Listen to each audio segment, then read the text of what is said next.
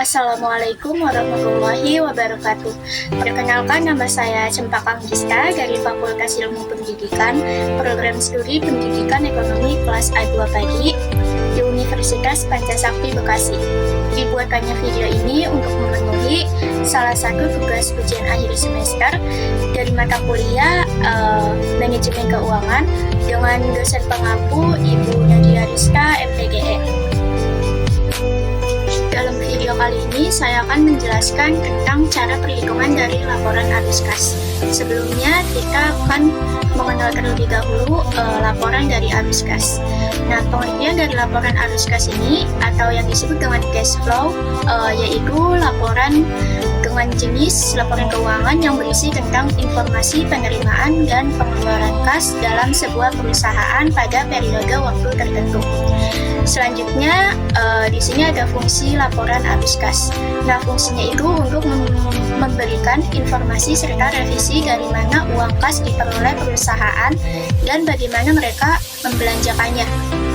Kemudian di sini ada tujuan laporan arus kas. Tujuannya itu untuk menyajikan informasi mengenai penerimaan dan pengeluaran kas dalam suatu periode akuntansi. Dan yang keempat itu ada komponen laporan arus kas. Komponen ini dibagi menjadi 3. Yang pertama ada aktivitas operasional atau operation activities. Yang kedua aktivitas investasi atau investing activities. Yang ketiga aktivitas pendanaan atau financing activities. Di sini saya sudah membuat soal dari laporan arus kas, yaitu saya memakai perusahaan jasa atas nama Salon Cempaka tahun periode 2021. Di sini saya membuat 2 laporan, yang pertama ada buku besar, yang kedua ada arus kas. Terus yang di dalam buku besar itu sudah saya cantumin akun-akun dari arus kas ini. Di sini terdapat dalam sebulan, jadi ada 30 hari. Yang di dalamnya itu ada tanggal, keterangan rate, debit, kredit, serta saldo. Seperti yang sudah kita lihat, di dalamnya itu sudah terdapat akun-akun kas yang sudah saya masukkan ke dalam buku besar ini. Jadinya nanti kita tinggal ngitung saldonya doang, karena nominalnya sudah ada. Dari yang pertama di tanggal 1 itu kan keterangannya ada saldo awal. Nah, kita ngitung di saldonya ini. Saldo awal itu sebesar 10 juta di debit. Nah, kita masukin ke saldo sebesar 10 juta. Kita pindahin ke saldo. Kemudian di tanggal 8 ada beban gaji sebesar 100.000. 100.000 itu di kredit, yang dimana kalau kita dapat kredit itu kita kurangin. Jadi nilai saldo dikurangin dari nilai kredit. Nah, dapat hasilnya 9.900.000 karena 10 juta dikurang 100.000. Nah, itu hasilnya 9.900.000. Kemudian di tanggal 10 ada akun pendapatan jasa sebesar 2.500.000 itu di debit. Nah, kalau kita dapat debit itu kita jumlahkan. Kalau dapat kredit sebaliknya kita kurangkan. Nah, saldo yang tadi 9.900.000 itu dijumlahin 2.500.000, dapat hasilnya 12.400.000. Kemudian di tanggal 12 ada beban sewa gedung sebesar 750.000 di kredit. Nah, kita dapat kredit lagi, jadi kita kurangin nih saldo yang tadi 12.400.000 kita kurangin 750.000, dapat hasilnya 11.650.000. Kemudian di tanggal 14 itu ada utang usaha di kredit sebesar 6 juta. Kita kurangin lagi karena dia jatuhnya di kredit. Nah, saldo yang tadi 11.650 kita kurangin 6 juta, dapat hasilnya 5.650. Kemudian di tanggal 15 ada peralatan senilai 5 juta. Nah, saldo yang 5.600 dikurang 5 juta, dapat hasilnya 650.000. Kemudian di tanggal 18 ada beban gaji juga di kredit sebesar 100.000. Kita kurangin juga karena dia masuknya ke kredit, yaitu 650 dikurang 100.000, dapat hasilnya 550.000. Kemudian akun selanjutnya di tanggal 25 itu ada pendapatan jasa sebesar 2 juta. Nah, dia kan adanya di debit, jadi kita jumlahkan, tidak kayak di kredit. Jadi hasil saldo 550.000, kita jumlahin sebesar 2 juta, dapat hasilnya 2.550.000. Kemudian di tanggal 26 itu ada beban listrik, telepon, air, semuanya jumlahnya 600.000 di kredit. Nah, karena dia dapatnya di kredit, jadi kita kurangin. Tadi saldonya kan 2.550.000. Nah, itu kita kurang 600.000, dapat hasilnya 1.950.000. Kemudian di tanggal 27 ada beban gaji sebesar 100.000 di kredit, kita kurangin juga, dapat hasilnya 1.850.000. Kemudian di tanggal 28 ada piutang usaha sebesar 4.500.000, itu di debit. Nah, dia ada di debit, jadi kita jumlahkan dari 1.850.000 kita tambah 4.500.000, dapat hasilnya 6.350.000. Kemudian di tanggal 29 ada pendapatan jasa, itu masuk ke debit juga sebesar 2.500.000. Nah, saldonya tadi kan 6.350.000. Terus kita tambah 2.500.000 di debit. Itu dapat hasilnya 8.850.000. Dan akun yang terakhir itu di tanggal 30 ada price sebesar 1 juta di kredit. Kita kurang dari 8.850 dikurang 1 juta, dapat hasilnya 7.850.000. Nah, kita masuk ke bagian arus kas. Seperti yang sudah saya jelaskan pertama dari pengertian arus kas. Tadi kan saya sudah membacakan atau sudah menjelaskan kalau laporan arus kas ini mempunyai 3 komponen. Nah, yang pertama itu kan tadi ada aktivitas operasional, terus yang kedua ada aktivitas investasi, dan yang ketiga ada aktivitas pendanaan. Nah, di sini saya sudah mencantumkan atau sudah memasukkan akun-akun dari ketiga aktivitas tersebut. Yang pertama ada aktivitas operasional, itu ada di tanggal 8, yaitu beban gaji sebesar 100.000. Kemudian di tanggal 10 ada pendapatan jasa sebesar 2.500.000. Kemudian di tanggal 12-nya itu beban sewa gedung 750.000, itu masuk aktivitas operasional juga. Kemudian di tanggal 14 ada utang usaha sebesar 6 juta. Kemudian di tanggal 18 ada beban gaji sebesar 100.000. Tanggal 25 ada pendapatan jasa sebesar 2 juta. Tanggal 26 beban listrik, telepon, air sebesar 600.000. Tanggal 27 ada beban gaji sebesar 100.000. 28-nya piutang usaha sebesar 4.500.000. Dan yang terakhir ada di tanggal 29, yaitu pendapatan jasa sebesar 2.500.000.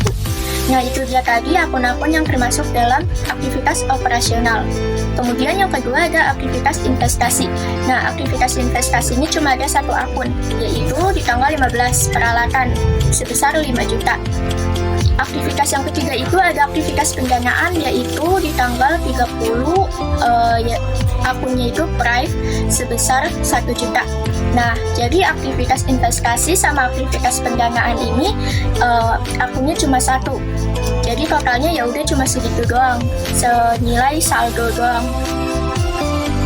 Nah, dari masing-masing aktivitas yang sudah saya jelaskan tadi, di sini kita akan merincikan dari masing-masing aktivitas operasional. Maksudnya itu di bagian aktivitas operasional, baik itu investasi maupun pendanaan, di dalamnya itu kita tulis keterangan itu ada pendapatan ya. Pendapatannya itu maksudnya itu penerimaan kas.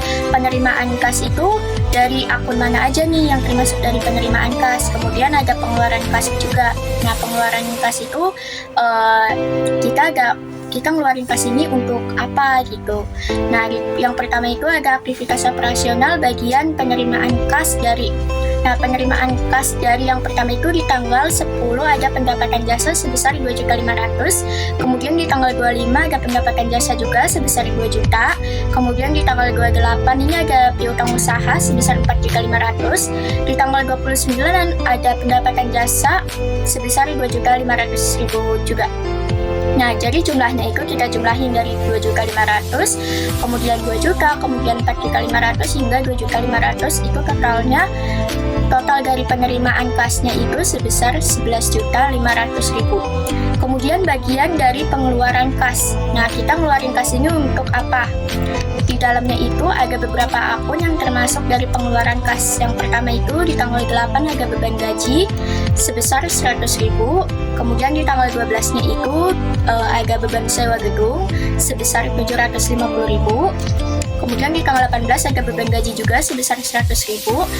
Kemudian di tanggal 14 ada utang usaha sebesar 6 juta, di tanggal 26 ada beban listrik, telepon, air sebesar 600.000, dan ada beban gaji di tanggal 27 sebesar 100.000. Kemudian kita jumlahkan juga sama seperti dari pendapatan kas. Di sini total dari pengeluaran kasnya itu sejumlah 7.650.000. Nah, dari kedua pendapatan atau pengeluaran kas itu kita kurang. Nah, tadi kan pertama itu pendapatan kas itu total pertama itu sejumlah 11.500.000. Kemudian kita kurang dari pengeluarannya. Jadi pendapatan dikurang dari pengeluaran. Pengeluarannya itu tadi sebesar 7.650.000. Nah, 11.500 dikurang 7.650 dapat hasilnya 3.850. Kita beri keterangannya yaitu arus kas aktivitas operasional sebesar 3.850.000. Aktivitas yang kedua itu ada aktivitas investasi. Sama dengan aktivitas operasional, cuma di aktivitas investasi ini cuma ada bagian pengeluarannya doang, tidak ada pendapatan kas. Nah, pengeluaran kasnya itu untuk di tanggal 15, yaitu untuk pembelian peralatan. Nah, pembelian peralatan ini masuknya ke aktivitas investasi sebesar 5 juta. Jadi totalnya itu ya udah 5 juta doang karena dia cuma ada satu akun.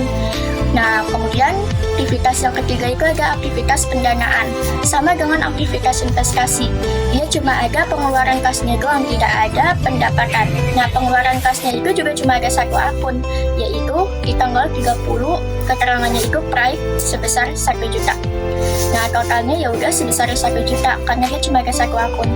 Kemudian kita tulis di sini penurunan kas. Kenapa disebutnya penurunan kas? Kenapa tidak ada kenaikan kas gitu? Ya karena seperti yang sudah kita lihat masing-masing dari total aktivitas. Itu kan tadi yang pertama aktivitas operasional, total keseluruhannya itu baik dari pendapatan maupun pengeluaran itu total keseluruhannya kan sebesar 3.850.000. Itu dia kecil aktivitas operasionalnya totalnya. Kemudian kita kurang dari aktivitas investasi 3.850 kita kurang 5 juta. Itu kan hasilnya min kan. Nah, kemudian kita kurang lagi aktivitas pendanaan sebesar 1 juta. Jadi 3.850.000 dikurang 5 juta dikurang 1 juta dapat hasilnya 2.150.000. Nah, di sini saya tulis min karena dia penurunan. Kalau dia kenaikan kas, jadi tidak ada tanda minnya gitu. Karena pada bagian aktivitas operasional itu jumlahnya itu kecil dibanding aktivitas investasi.